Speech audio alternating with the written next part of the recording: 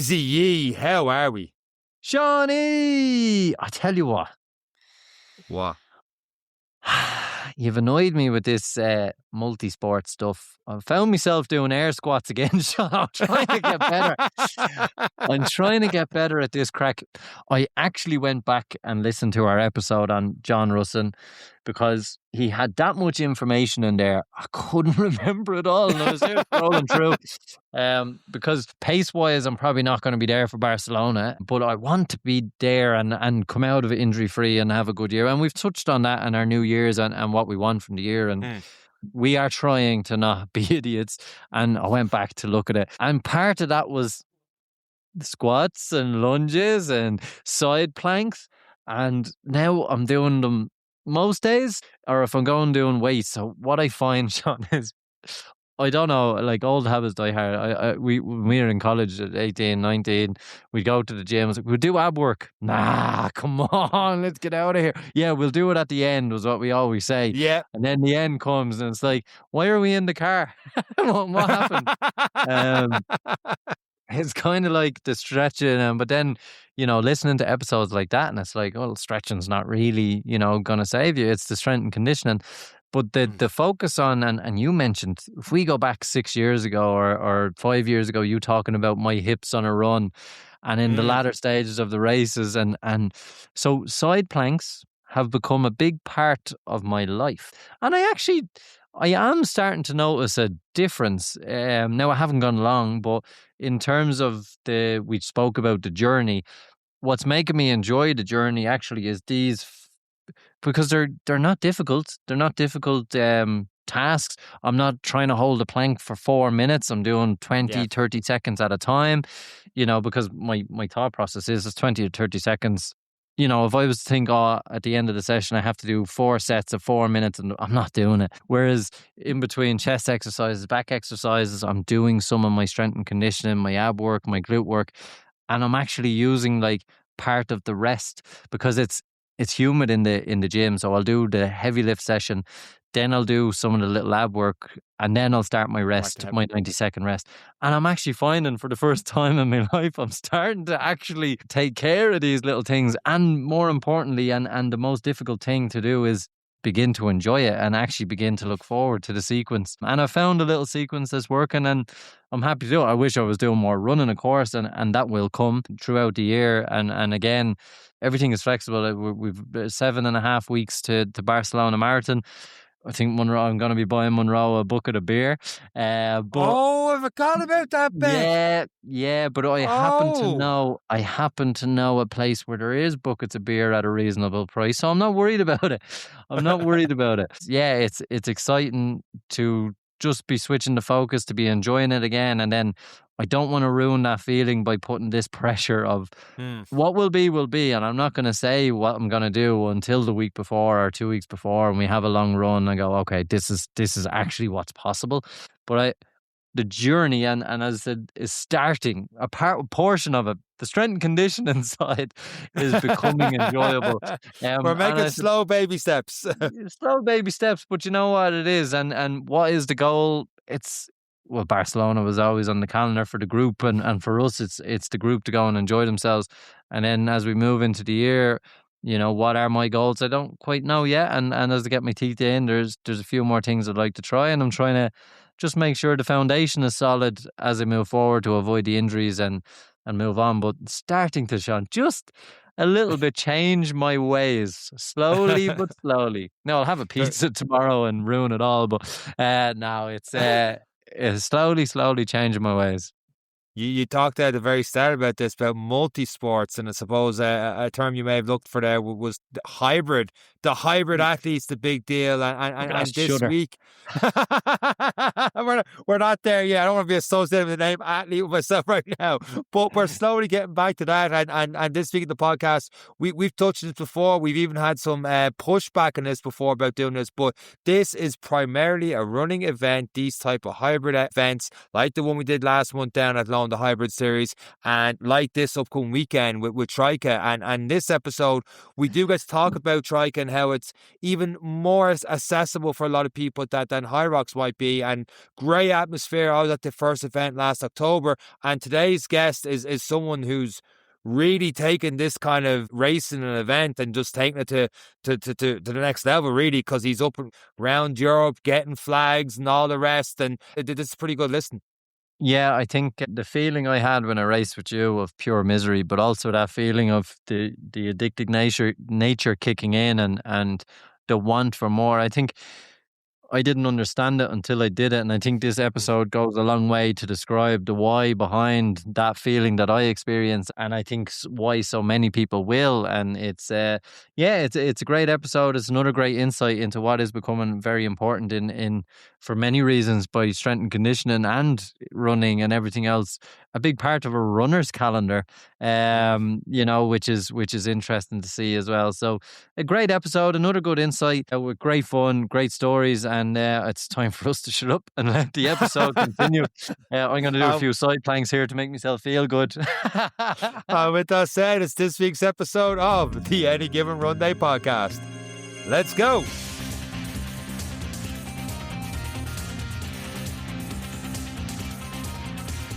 Our next guest on the Any Given Run Day podcast is the founder and director of Body First Nutrition and Body First Beats, a Hyrox athlete with multiple flag wins, including AG Pro and Open Doubles. With 2 World Championship appearances in Hyrox, he's also qualified for his 3rd this year in Sweden, and he came 2nd in the first Tryka event last October that he was also the MC of. Somehow he finds time to be a DJ as well. Shah, welcome to this week's episode of the Any Given Run Day podcast. How are you getting on? Thank you, guys. Thanks very much for having me. Ray, it must have been pretty hard to MC an event while you were winning it. Yeah, how'd you manage that one?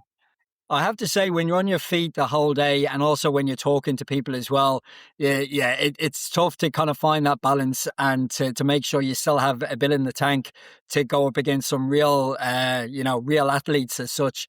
But we got there. We got there in the end.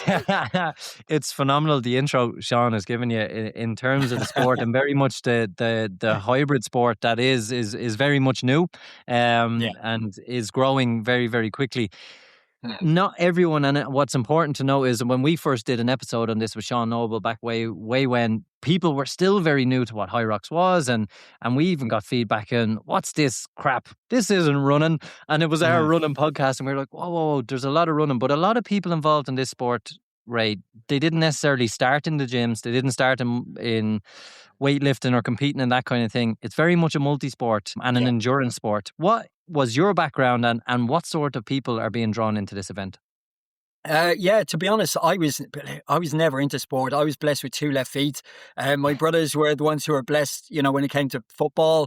I used to do a bit of running, but nothing too serious, nothing with any structure. So I used to be one of these that would go out and run 5K as hard as I could, no recovery, and then go out the next day and try it again, and again, no recovery, like that. So yeah, I had no background in that sense. And I suppose it was a friend of mine from the gym.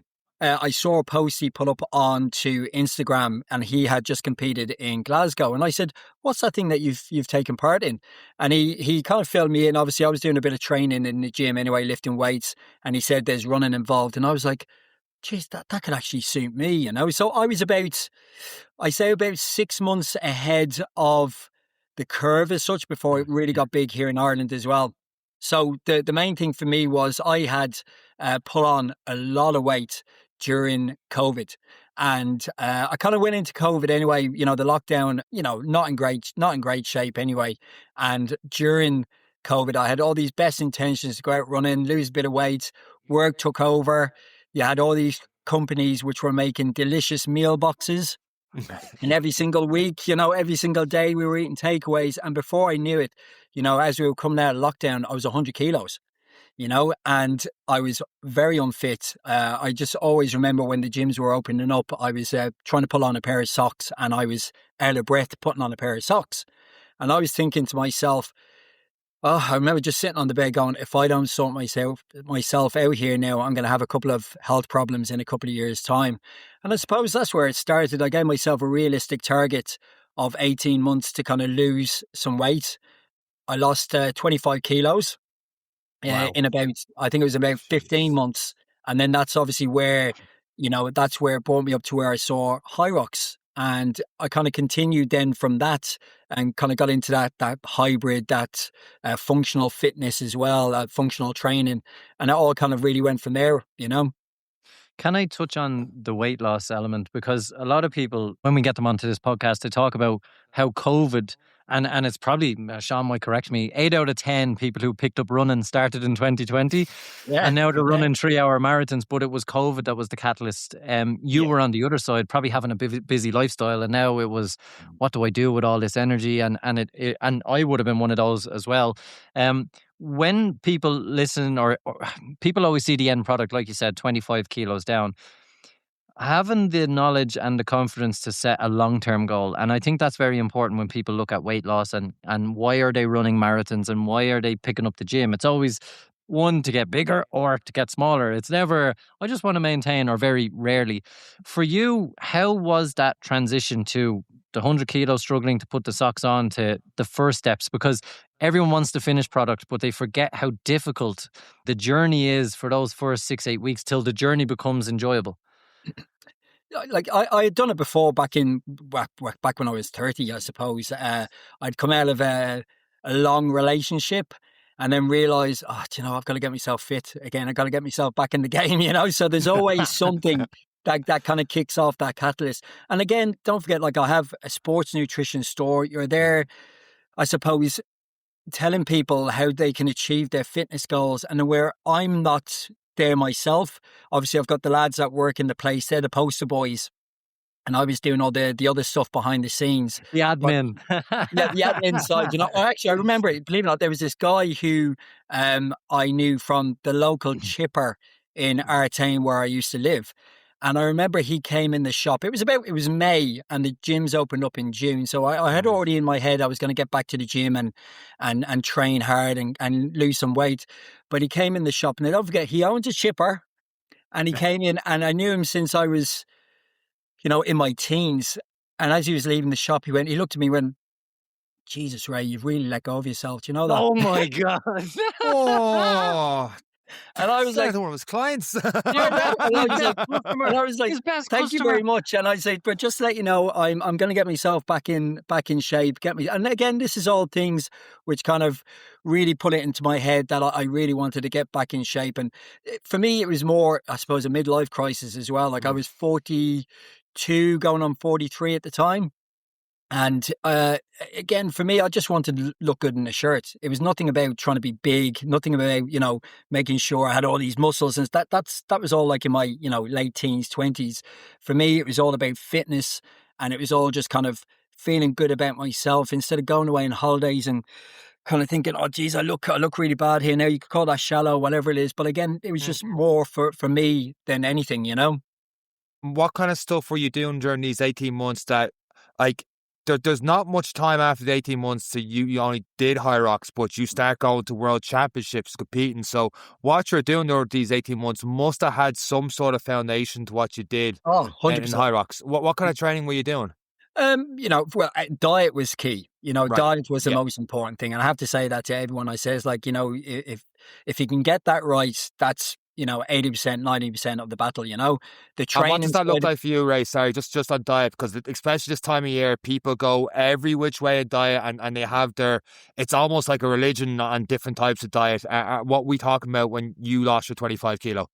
So I pretty much still ate a lot of the stuff that I enjoyed, but what I did was I started counting macros. I weigh everything. Even now, I still weigh my food. I kind of know how much protein, carbs, and fats I'll take every single day. And again, a lot of the time when it comes to losing weight, it's about being in a calorie deficit. Mm-hmm. So if you can fit everything within your macros to a certain point, I think that's more than enough. Like you can still kind of enjoy your food. You kind of, I still kind of might have, a takeaway or something. I wouldn't say I'll say every couple of weeks. It was definitely not after he abused you anyway. That chipper. That's definitely a help. But I think I'm just a bit more careful. And I think I'm very much, black or white. If I'm not training, I'm eating bad. I find it still now, there's this very hard kind of grey area. So that's why I kind of train so much as well, because I know it keeps me on the straight and narrow. I know I'll stick to what I'm eating as well. And I suppose it's just having a goal. That's why I even still, I book a couple of races in advance. So I kind of know that I've got to get back on it straight away. So if I do have a couple of, after I finish a competition, I always get that post-race depression where I'm thinking, what am I going to do now? I always have a race booked for a couple of months later, or just so I know I can get back on the horse and just kind of get back into it straight away.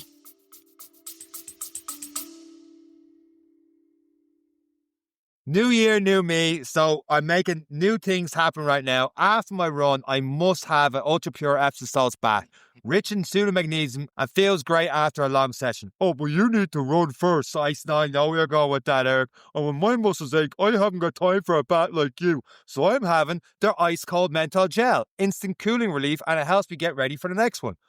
Yeah, well, I could have that, but if I'm on the go, I also want to have the essential oil muscle rub on as well.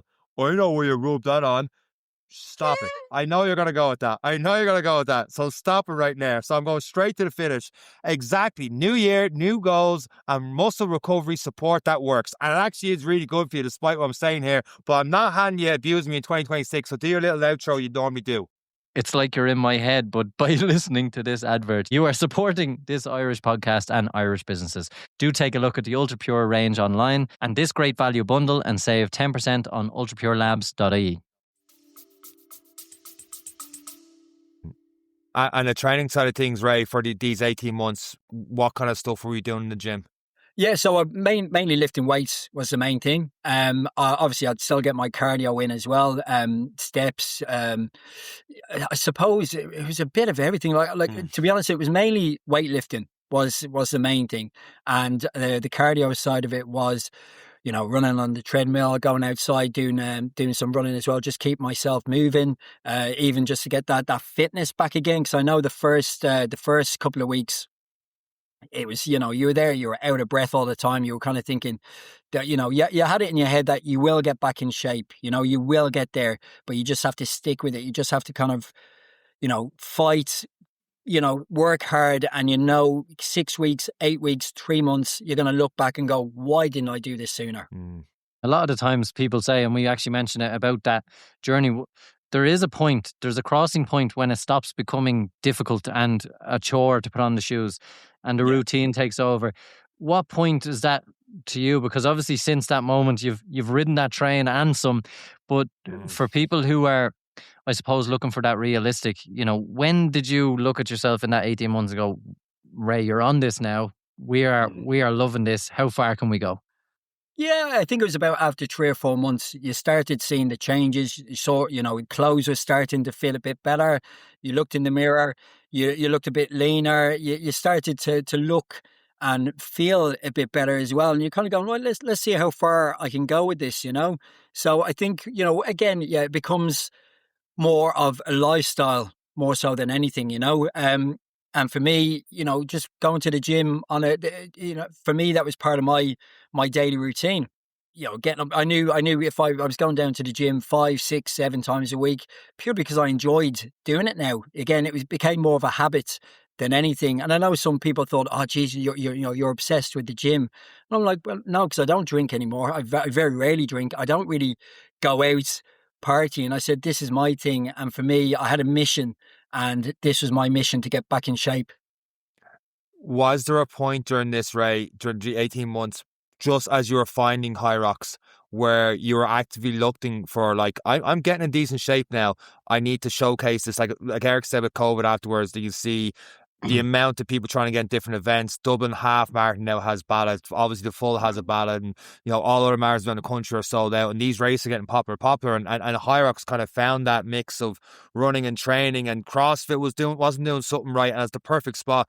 Were you looking for something at that stage, or did you just happen to stumble across your mate doing it in Glasgow and be like, "What is this?"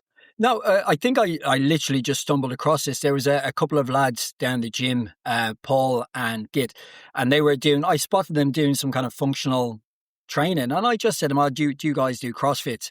And they were like, no, we just do this for ourselves. And he was like, listen, you're more than welcome to join us. We go down to the the gym in Westwood, and we do a bit of a circuit train every Friday and Monday. So I jumped down with them, and I'm not going to lie, the first time I did it, I made an absolute show of myself.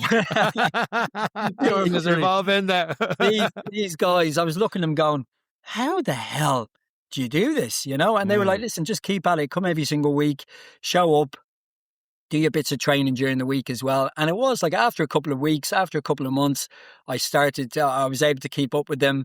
And then we actually signed up first as a team. I don't know if you remember the National Fitness Games. Yes. Yes. Was this the one out in UCD or the 1 year later in Blanchardstown? Blanchardstown. Yeah, So, I was at that one, yeah. Yeah, it was brilliant. Like, so again, it was a mix. Like, now, the strength side of it wouldn't have been my forte. The lads are a bit stronger for me, but I knew that the endurance side and the mixed modal side, that was more my bag, you know. So again, we did that, and a couple of months, I knew that Hyrox Dublin was coming to the ODS. So I said, do you know what? I'm going to do this National Fitness Games first. I'll see how we get on. If I enjoy it, I'm going to book Hyrox Dublin. And this was when you were able to get tickets, because it was a couple of weeks, it was a couple of months. It had been announced and all the tickets hadn't been sold at that point. Yeah. So again, did the competition, loved it, and said, that's it, I'm going to go do Hyrox Dublin. And again, I'd seen some of the stuff pop up, what Hyrox was about. It looked achievable. You know, again, the open weights, that's what I started off with. You know, you have to, you know, if you're good at running, it's all about the running in my eyes. You don't have to be particularly strong for the open division. And for me, that's what kind of appealed to me. It's something that I have said on a couple of times, and Sean's probably gonna he's hearing this probably for the 10th time, but it's for me, after we did the event and I got my first taste of it just before Christmas. Now, talk about not fit enough to be there. That was definitely me. I was very happy Sean did most of the work, but walking away from that, and part of it was, from this event, there was nothing in this event as a runner, as an everyday runner, we'll say, we'll take that baseline. As a relatively fit young person who runs occasionally, there is nothing in this event that I shouldn't be able to do. And on top of that, as a runner, a lot of these exercises, okay, maybe take out the ski erg, or, you know, one or two you can probably argue about. I should probably be doing as part of a strength and conditioning program anyway. Now it's doing it on an endurance level, so it's very different. I get it, but that's the side that I think people are falling in love with, and I think some people are missing. It's not this Mr. Strongman competition. It's a running race with a couple of bits in between to make sure, you know, some people have more strengths, some people have others, and if you're a quick runner, you can be really good at this. Yeah, do you know, I get it. You know, I see people who don't really understand Hyrox, and all they see are these good-looking people who are Hey, sure, it's absolutely... off. Ray Shah, I'm no not one kit of on. those, by the way, just to let you know, I keep my top on all the time. I'm not one of them. But yeah, like, it is like, it can be intimidating, and you're thinking, oh, listen, all they want is their photo for Instagram and stuff like that. But it's more than that. I have to say, there's the community side of it. Like, you know, I do think peak Hyrox for me personally was back when I first started, and it was about 2 years into that, before it's become this huge thing now, which is, you know, this massive machine, which is, it's, for me, I think the bad side of it has become a bit more about money than anything with the organization itself. And I think it's forgotten about. It's, you know, this Hyrox is for everyone and stuff like that. It's not. It's become slightly elitist in my eyes, the way that they put all their efforts into the Elite 15.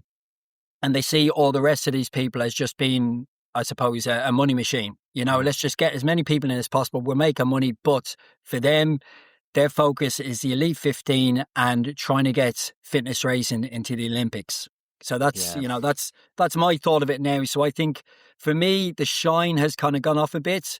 Whereas when I first started, the people I met were absolutely brilliant. Everyone had a story why they wanted to do Hyrox. You know, it wasn't all about, you know, taking your top off or having your picture on. You know, it was more about the experience, I think, than anything else, you know. But I know when I first started, I wanted to get a coach, someone who kind of knew what they were doing, because I didn't know what to do. I knew that there was a knack to, you know, the stations, and I had to get myself some kind of a running coach as well, because I hadn't had anything like that before. And I saw a guy on Instagram who I just really liked his content. At the time, he was the world record holder for his age group, and contacted him. And yeah, it was Jake Dearden. Now, Jake, I got to sign up with Jake before he was famous. You I was know, there. so I got to actually know what he was like. He only had I think he only had about 1,000 followers at the time. Lovely guy. You know, his programming was insane. You know, every day I was kind of going, he must think I'm younger than what I am. Like I was thinking, like the stuff I was like, there's no, every time I was finding levels which I never thought I had. I was kind of going like, where's this coming from? And I went over to meet him anyway. I went over to Manchester in the September. He was holding a seminar over there, and I went to meet him. One of the best guys you will ever meet. I actually said to him, I said, I wish I met you in my 20s, because I'd love to know where I'd be kind of on that kind of whole kind of mental, physical, all that being like, you know, and because he's inspirational. You know, and anyway, so you know, that was great. We did our the programming leading up to Madrid was my first race, and I had the worst luck ever. The weekend beforehand, I caught COVID. Oh, I know, and I was Came back to bite devastated. you. What's that? It came back to bite you in the end. And you know, I'm not worried of like I remember when I did the test and I was in the car, and I literally like a baby started crying, because I was like, all the work I'd put in, effort, and I was like, yeah. you know, and again, I look back now, that wasn't the focus. Hyrox Dublin was always the focus, but it was just like all that work, everything was building up to that. Anyway, you know, it turned out I recovered enough by the Wednesday, and I was able to fly out to Madrid on the Saturday, and I did the race. And it was an eye opener. As you said, like, you know, you're thinking, oh, gee, you know, it's achievable, blah, blah, blah. I only realized I'd never done a simulation before. I'd done all the exercises on their own.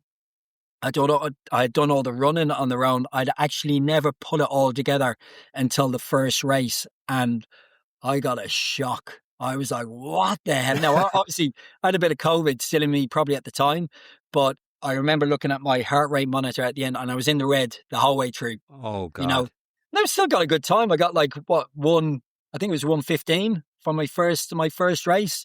But there were certain things in that I was thinking, gee, I wasn't expecting that whatsoever, you know? So I think people who do go into this, I think, you know, you're kind of fooling yourself if you think that, oh yeah, listen, I'm fit, I'll be able to get through it. There is a knack to getting through Hyrox, and I think it's not as easy as it seems. And I think you do have to put in a certain amount of training to actually get through this.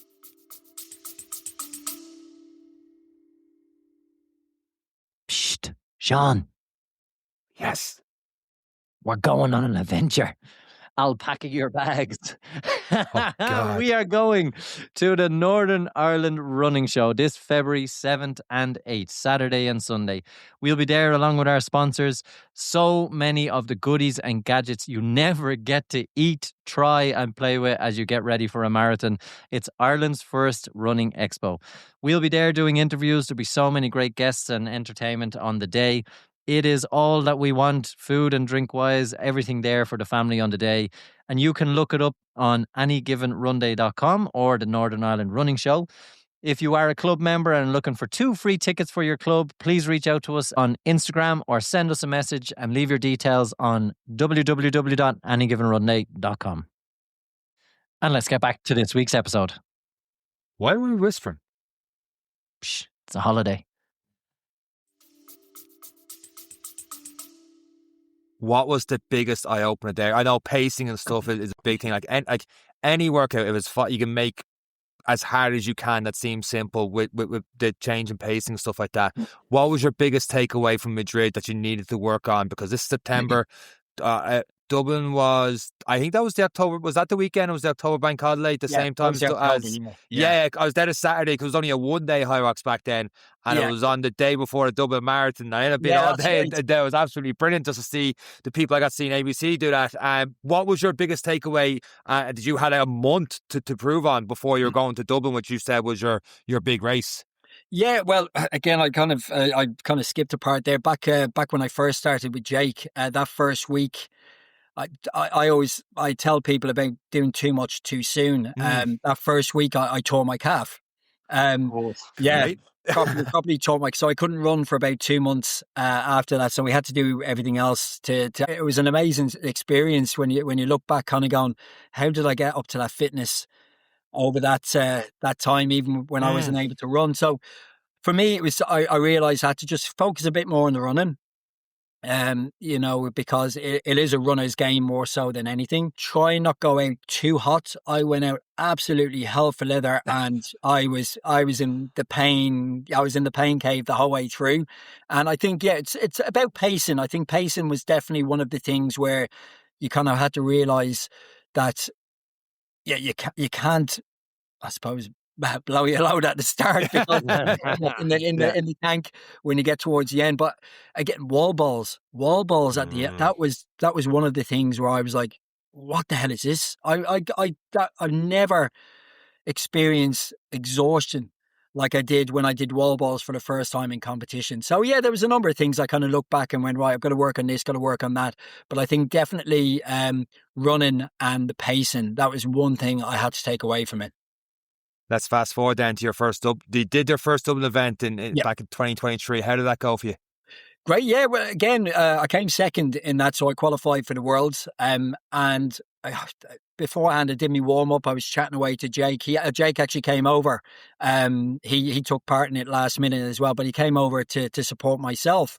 And we were having a chat. Realised on my watch, I was like, I'm meant to be going now. So I went to the start line, and everyone had gone at that point. So they let me. Oh wow! Yeah, they'd gone for about I think it was about 45 seconds, and they let me go anyway. And you know the way I was going to pace myself at the start. Gotta catch up. I was like, I'm going to catch up with these guys, and ran around. And I just remember when I got to the sled push. Oh, talk about being in pain! Like I just couldn't breathe. But again, what got me through it was the support. You had your family, you had friends there. It was Dublin, it was your home crowd. And again, this is what you wanted to build up to. I had it in my head for those months when I was training, I'm going to get on that podium. I'm going to make it on that podium. And again, I kind of put it out there on Instagram, again, a bit of accountability, but also, I put a lot of pressure on myself that I had to perform because I'd pushed Hyrox so much on my socials for the couple of months. If I came nowhere, I would have looked like an idiot. So that was one of the catalysts as well. I was looking at, right, I have to keep on pushing hard. I have to get on that podium or else I'm going to look stupid. So that's what kind of got me through in the end. So you put that, I have to go top 3, going from 115 down, was it at this stage? It was back then, or? Dublin was a bit of a mess, It was, I think it was 4 laps or something, 3 or 4 laps around. So trying to count the laps. So I just remember looking at my watch, going, the time is ticking away, and I'm like, I'm kind of going to get a worse time than what I got here in Madrid. Again, it's only when you've done races now you realize every venue is different. There's loads of different, between the track being busy or courses being, the rock zone being bigger, all that type of stuff anyway. But I know as I was going around, I was like, I'm going to get a worse time than Madrid here, and I was going to get nowhere. So, I got to the end. I think I got 112 in Dublin, and it's only when I looked at the screen, nobody was near that. Like people who were getting 1 hour 30, late 120s, 140s. So I was kind of going, oh, geez, that's actually not a bad time. And it's only when you look at the on the website that you kind of realize, oh, geez, I was second. But even then, I still was thinking, how the hell is someone fitter than me when all that work? Someone wasn't good enough. I was thinking, how the hell did I not get first because of all the work I put in for the last couple of months? And it just shows there are some absolute animals out there. Absolute. And, it just, the standard now, it's just going up and up and up. And you're kind of thinking, I love seeing guys my age, like I'm 48 now, and I love seeing older guys doing so well and getting times which are beating guys in their 20s and their 30s. And again, it's just one of these things where you're thinking age is only a number. And again, I get guys who are, my age or a bit older, And it's nice. They kind of say, listen, we've been following you since day one. I'm back doing some exercising now. I want to do a Hyrox. Have you any tips? Have you anything what I can do? And I'm more than happy to give any knowledge that I've picked up over the last couple of years. Because I know for people who are a bit older as well, it's a big thing. You kind of think your life is over. You have nothing to look forward to. And I have to say, Hyrox, it just gave me a new lease of life, something to look forward to. And I think that's why, that's why I've enjoyed it. And I think that's why people who are maybe slightly a bit older are really getting into this as well. You touched on the kind of the competitive nature of yourself by saying, who beat me? There is, and as the sport has grown, and maybe you might attest to this over the last couple of years, the racing strategy has become part of it, particularly when you're starting at the same time as people. You're trying to eyeball. I did one event, knew nothing about it, but I was side-eyeing someone. What's he doing? He's only doing that, and she's only doing this, and that was just myself and Sean, competing. And I knew I was in no way going to win that race. Having a competitive edge when it comes to this, because it is a race. I know it's you versus the clock, no different to a marathon, no different to a 10K. But when you're operating where you're operating, racing strategy, eyeballing, whoever your competitors are, be at the start line, is there a racing game, a mind game you can play? If I get out of a sled push before him, I know he struggles on the next one, that might break him. Is there that kind of stuff that goes on, Ray? Yeah, well, I think when it comes to the regular races throughout the season, to be honest, you don't know who you're racing because, you could be racing someone who's in their 20s. You could be racing someone who's in their 50s. So those type of races, I always say to people, just, watch your own game.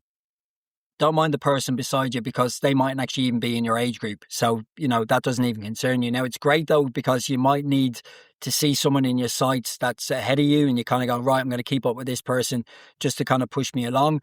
But to be honest, I hate racing with people I know, especially in my age group, because it just puts that added bit of pressure. Again, I've seen it, like, especially the worlds, everyone in that tunnel are your competitors. And there's people in that tunnel that you've never beat before.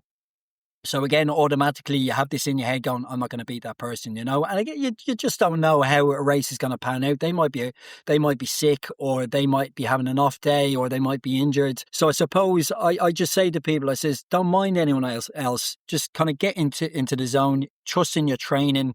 You know what you can do. For me personally, now what I try to do is, I'm terrible at the ski. I wouldn't say I'm terrible. I know that's not one of my strong points. I'm average.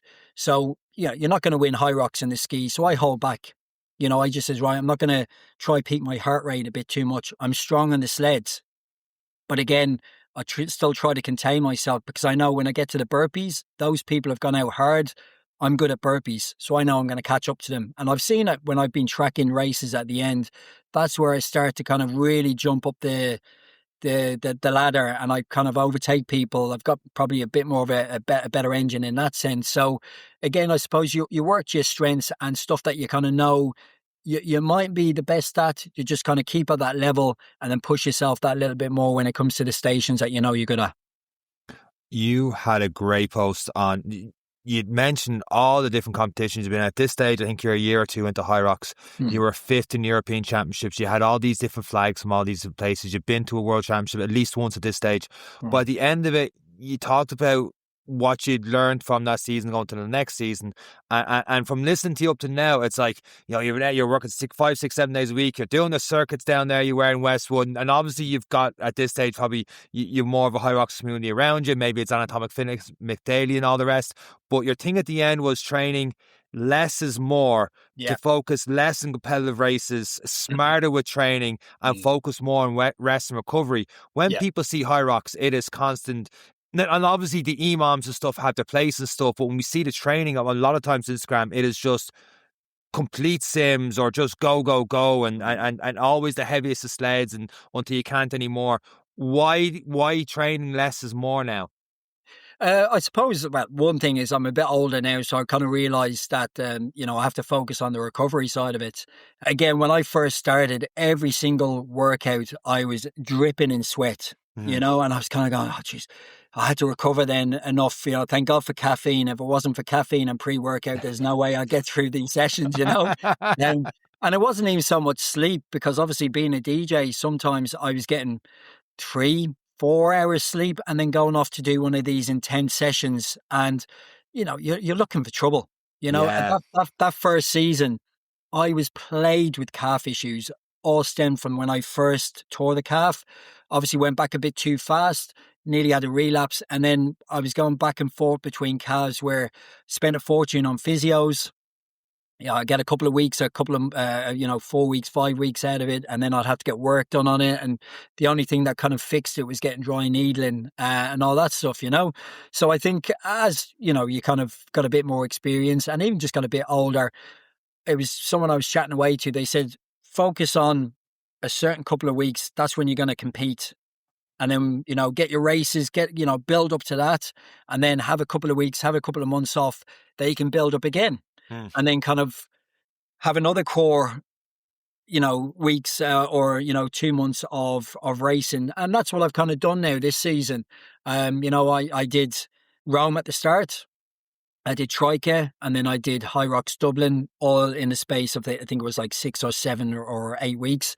And then I've taken all this time off just to build, and now I'm coming back into racing season. Now I've got Tryka at the end of this month. I've got Glasgow. Maybe I might do another one. I haven't decided, but then the Worlds then are in June in Sweden. So I'm going to build up for that. And I think, it's just trying to be smarter with the training more. So I'm not elite level. I see these guys, the Elite 15, and the amount of competitions they're doing. And you're kind of thinking, how are they able to recover and have that peak, that recovery so much?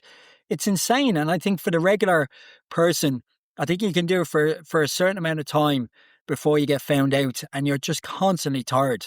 And I think you're just on that borderline of getting those injuries, those little niggles, and it's not nice when you're constantly walking around and you're in pain, So again, it's just trying to be a bit more smarter with your training and take those rest days. I don't do 2 fast days or 2 hard days in a row. I generally do a hard day, an easy day, maybe a medium type day, and then maybe do another hard day. So I kind of mix it up a bit, but not every single session has to be a killer now.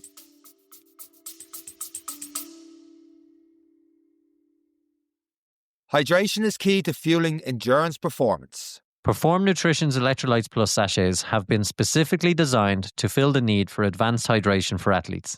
With 1,000 milligrams sodium, all essential electrolytes, and 2,500 milligram performance blend made up of glutamine, taurine, and coconut water powder, one sachet will replenish and revitalize your hydration.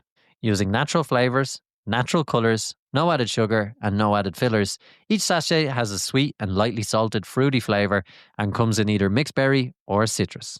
Informed, sport tested, and trusted by Olympians such as Kate O'Connor, world champion boxer Aoife O'Rourke, and pro triathlete Nikki Bartlett, and many more elite athletes. Trust Perform to fuel your excellence, and by listening to this advert, you are supporting Irish businesses and this podcast. Now let's get back to the episode. And how do you fit in your training with your running? Because I see you're out in the track a fair bit. I've seen you do a lot of zone 2 stuff on bike, ski and rower. Do you alternate? You're doing DJing and stuff like that. You have 3 hours sleep and that's still there, and family and work commitments and all the rest. How are you balancing all the running with all the training and mixing that training into, let's say, the 8 weeks leading into your Trykas and Hyroxes and stuff? How would a week look? I have to say now, Danny, my partner, she's understanding. She kind of knows, she knows that this is important to me in particular. I enjoy doing it. So again, I might, in the evening time, I might go off for a run, like just go for a slow zone 2 run around the area. And I could be gone for an hour and a half, depends. 5 hours later, Ray comes back. Oh, that was great. Saying that. You got all the housework done. That's great. Yeah. And when it comes to the gym now at the weekends, that's what kind of grinds her gears a bit, because I could be down the gym for 4 hours. Now, I do explain to her that it takes me you know, between getting to the gym, getting changed and getting back, that's probably about an hour and a half gone. But that's, yeah, Doing the hair and all the rest. I'm one of those people in the gym where people see me, they kind of going, because Ray's going to talk to me and he's going to keep me talking for ages. I'm one of those people. So I'm a bit of a social butterfly in that sense in the gym. But no, it's yeah, sorry. It's for me, it's you're trying to fit it in, and especially leading up to competitions, the intensity goes up a bit more. You know, I think leading up to the Worlds, I was doing, I think nearly anywhere from 18 to 20. I think it got up to about 20, 22, 23 hours worth of training a week. Wow. So it's a lot. And I Jesus.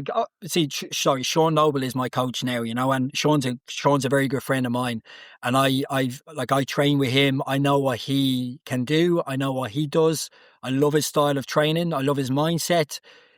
He's an absolute animal. And if you ever want to be put to shame or humbled when it comes to training, you train with Sean, you know. And it was great for me being trained with him because he brought these other levels out of me. But there are times when I kind of go, I look at the training and I'm like, you know what? I can't do that because I'm too tired. And I said, I have to be smart here. I can't kill myself in that training session because I know when I want to do that threshold run or I want to do those interval sessions a bit later on in the week, which I think will have more benefit to me, I'm just not going to have the energy for it. Like, you know, so I think, yeah, you just have to realize, you just have to look at the plan and go, right, what can I actually fit in here? And what can I actually do? Or, you know, and what do I want to do, I suppose, as well. It's great that you've talked about how the threshold in the running is more important because, like I said earlier, you mightn't be great in your terms, not compared to me and Eric on the ski, but you might lose 10, 15 seconds there. But when it comes to running and the engine, the second half of the race especially, you're going to lose a lot more if you're not as fast and stuff. You talked about how Hyrox was back in 2023. It was great. It was the one-day event, and I was there myself. We had around 4 or 5 people from ABC out in Clane doing there. And the following year, it was really good. We had a few more on the Saturday and Sunday. But then last year, or just back in November, it was over 5 days. And I got to see most people the first 2 years, but everyone was all spread out. And it was all over the place. And one negative feedback that I noticed from the guys in the gym was they didn't get to see other people do it because they might be on a Wednesday morning, someone's on a Friday night, and all of a sudden all your tickets went on sale.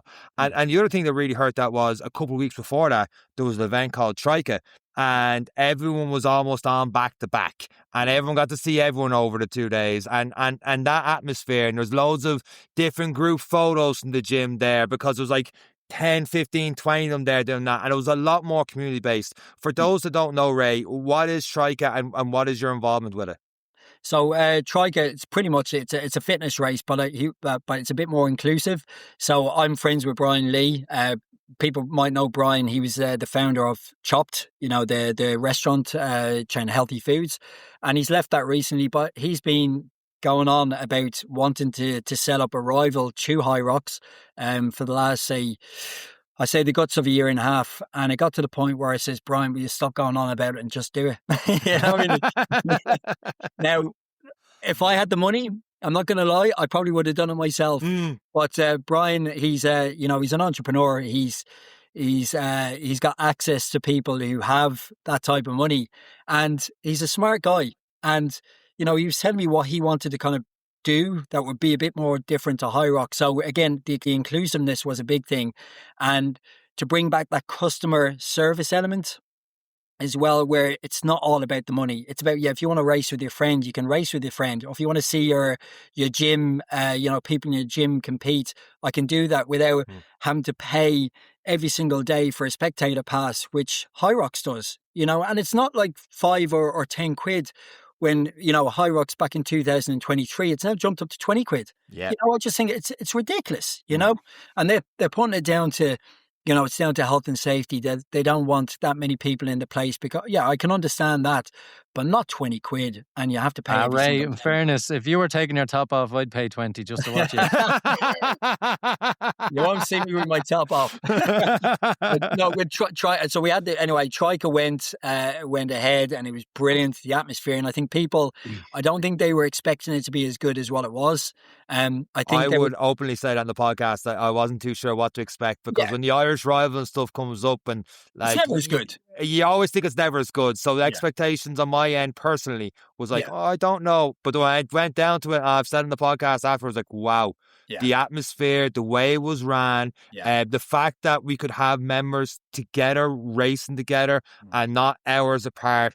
Like that element of it was absolutely brilliant, and it was really, really well run, really enjoyable event.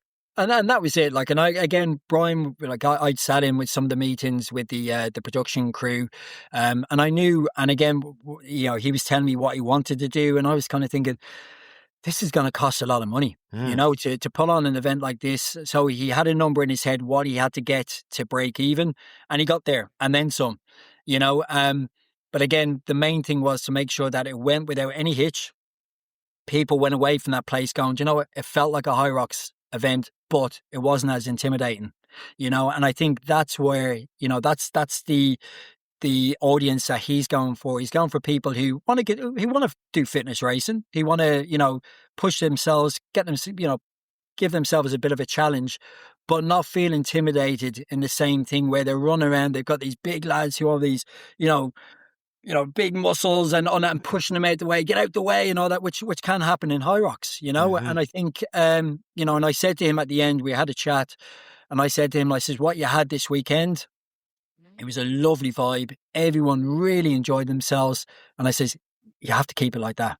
I says, you know, you can't go down the path now of doing what Hyrox has done and becoming a bit too competitive or a bit too elitist, because I think you're going to lose that. You know, you're going to lose that shine. And I says, what's the point? People can just do Hyrox if that's the case, you know? So he's listening, and look, listen, he's 8,000 tickets sold for this event. You know, it's sold out. He's got another one now in April, which is going to do really well. July, we'll see how that goes, because obviously it's summer, a lot of people away. We'll see how that goes. But I know, you know, he's going to break into the UK later on this year as well. Obviously you've got the finals, or the grand final, which is going to take place in Portugal. So there's this thing, it's on wheels, and it's you know, it's going in the right direction. I think it's going to do very well once you can kind of still keep to what happened, what it was like back in October, I think, you know. I know you said not too competitive, but for those listening, what's this grand finale in Portugal? How does that work? Anyone can get there. You know, it's not one of these things where you have to qualify. Now, I think for the grand finale, though, it's going to be a points-based system as well. So if you've raced in other Tryka events, you're going to be on this points board. Right. And again, you've got like a lot of gyms, a lot of companies as well, which have got involved in Tryka. And I think that's where he has that little bit of a USP as well, because, you know, the gyms can get these points as well. And you've got the companies which are now going up against other companies as well. So that's where he wanted to do something which all comes together in just this big event where, you can still, you know, become the top of the leaderboard and get a trophy or get your flag, get your medals and stuff like that as well. But he wanted to have something where you still had an end game. Yeah. You know, you don't have to just keep on racing every single time. If you want to try and get a medal or have, you know, get on the podium or get whatever it is, that's what he wanted to have in Portugal. The boss man kill me if I don't slip this in, that when after the first one, ABC Gym was on top of the gyms one, and it was like, right, we need more people in there, we gotta go. So a lot of people have signed up for at the end of January now, like, oh, we're on top, this is brilliant. And I'm sure other gyms are seeing it going, oh, we gotta catch up to them. Like, so that's already started to work, and there's a company side of one, and it's really, really cool. And that's one thing I think, and we said this, I think that's the great thing about Ireland and Irish is, you know, they love a bandwagon. You know, they do. We got to admit it. But also, I think they would get behind you 110% if you know, if you're honest. I think if you believe in the product as well, and I think if you get the community involved, I think it's going to do very well. And I think it'll be around for a while. And it is a model that you don't necessarily have to prove. I know Hyrox have done it, and as you said, it's become that elitist. And we've had guests talk about running. Running used to be a very elitist sport, and only the best at the best were in the athletics club. Whereas now it's the everyday runner who's servicing the clubs, and clubs are getting new tracks because there's so many people just looking to do 5Ks, 10Ks, couch to 5Ks, you name it.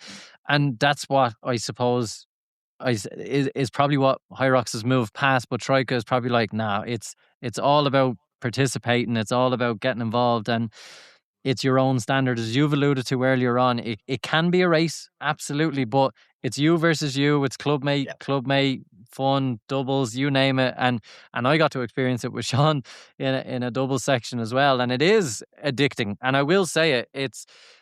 Although I didn't really buy into it when I was doing it, I was annoyed that I wasn't better. I was seeing people running past me that were lucky I let them run past me. I was just like, I really got so frustrated with myself, and no different to playing snooker, playing darts, going boxing. If the other person's hitting you, it's your fault. And for me, this event there was nothing to do with the racing element. There was nobody encroaching in me, or there was no referee needed. It was me that was the problem. And I think that fire, if you have that element of self-betterment or the want for self-betterment, this is an amazing concept. And I think that's why it can be so successful and is growing rapidly. Yeah, and I think as well, one thing I've tried to take away from the last, say, year and a half or even 2 years is don't take it so seriously. It's one thing that Jake had said to me as well. Jake was saying, listen, you've worked hard, enjoy it. Now, it's hard to enjoy it when you're in the pain cave and you literally just want to crawl into a hole and die because your heart rate's up there, in the red and you're trying to recover. But I make a point now where I will smile more. If people call my name out, I'll give them a wave, and I'll enjoy the moment. Like, I don't want to look back now in a couple of years' time, when I might have got bored of this, or when, I kind of realize I can't do it anymore, I've been injured. And I don't want to look back and go, do you know what? Why didn't I smile more? Why didn't I enjoy the experience? Because again, it can just go like that, and I think that's why it's not that serious. Unless, it's great to qualify for the Worlds. For me, I'll never get to that elite level because, there's no way you'll get to that time or that standard. So just enjoy it for what it is, and hopefully you get some good memories from it. Like even traveling around the place, you're getting to see these great cities. You're getting to make a weekend of it as well, spending time with Danny and Rhea when I'm away as well. And it's, listen, enjoy the moment.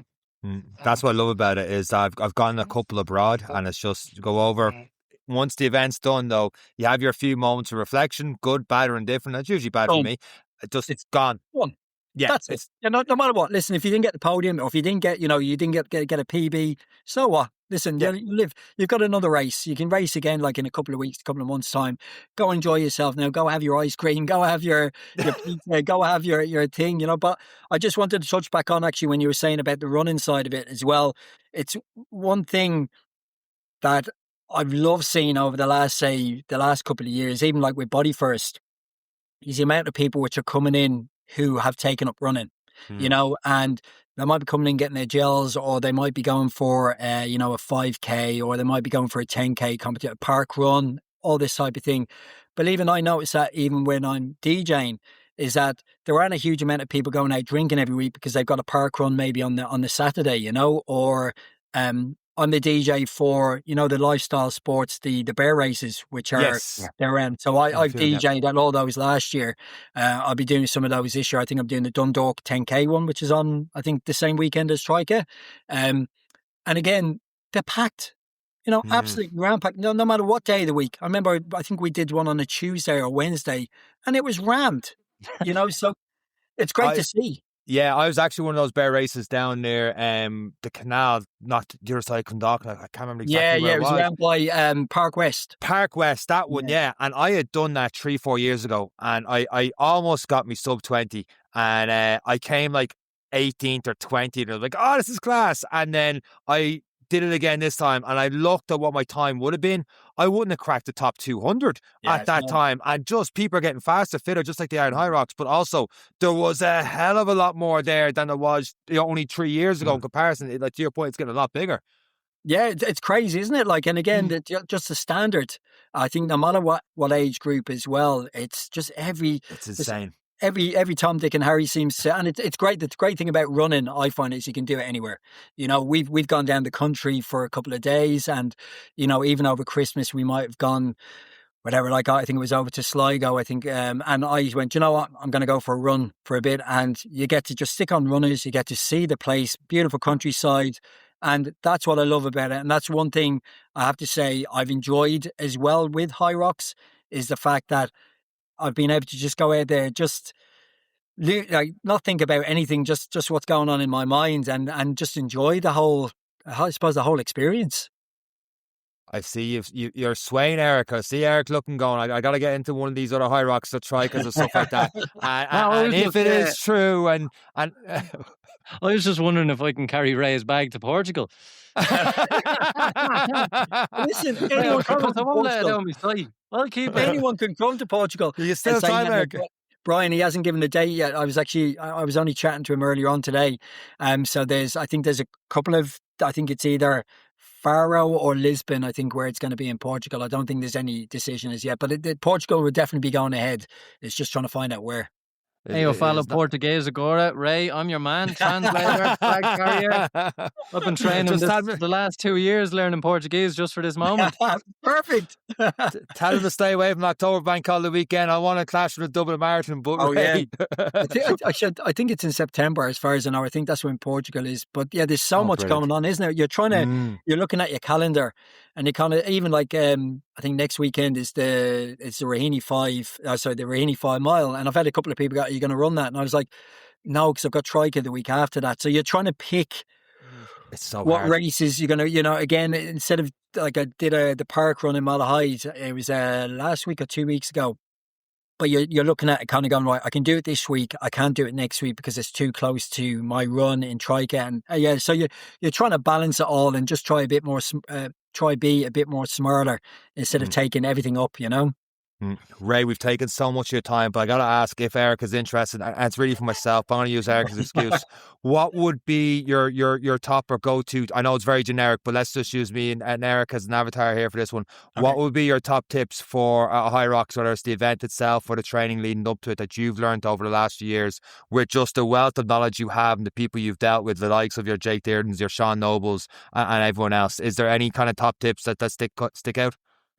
Yeah, I suppose one of the main things I always tell people if you're only starting off, don't do too much too soon. Okay, build up, especially when it comes to running, because you have to let your joints, you have to let your tendons all catch up. There's nothing worse if you've gone out you've done it, automatically gone out and done 20 kilometers that week. You're going to pay for it, and I think you're looking for an injury later on down in the line. So build up those kilometers as the weeks go on. When it comes to race day itself, ease into it. Don't go out hot. And I know people have said this many a time. You will catch up to people by the time you get to the sleds or by the time you get to the burpee board jumps, because those people are going to be in a hole. They're going to be struggling. They're going to be in the red, trying to get their breath back as well. So I say, just take it easy. And I think the main thing I would tell people is enjoy it. Enjoy it. Like, as I said, it's an amazing experience. And when you do your first one in particular, you're going to want to do another one. Absolutely. So again, just enjoy the whole thing. And I have to say, I wish Hyrox was around 20 years ago when I was probably a bit more in my peak. But again, some of the times I'm getting now, I never would have got in my 20s because, again, it just the programming wasn't there. I wasn't training properly. So yeah, just that'd be the main three things I'll say to people. Me and Eric aren't touching those times in our 30s, and I'm pretty sure we won't in our 40s either. I've seen those times. Not a hope. Never say never. Ray, it's been absolutely fantastic having you on the podcast. Best of luck. It will be this weekend as we're recording now for Tryka coming up, or as this episode goes out for Tryka. So absolutely best of luck with that. Thanks, and hopefully Eric goes down to one of them someday soon. Yes. Not putting the spot in the podcast. Give me a year, Ray. Me and you will have a race. One of those like Rocky Balboa behind closed door fights. Me and you. Give me a year. If you ever want to get a session down the gym or anything like that, man, you're more than welcome, With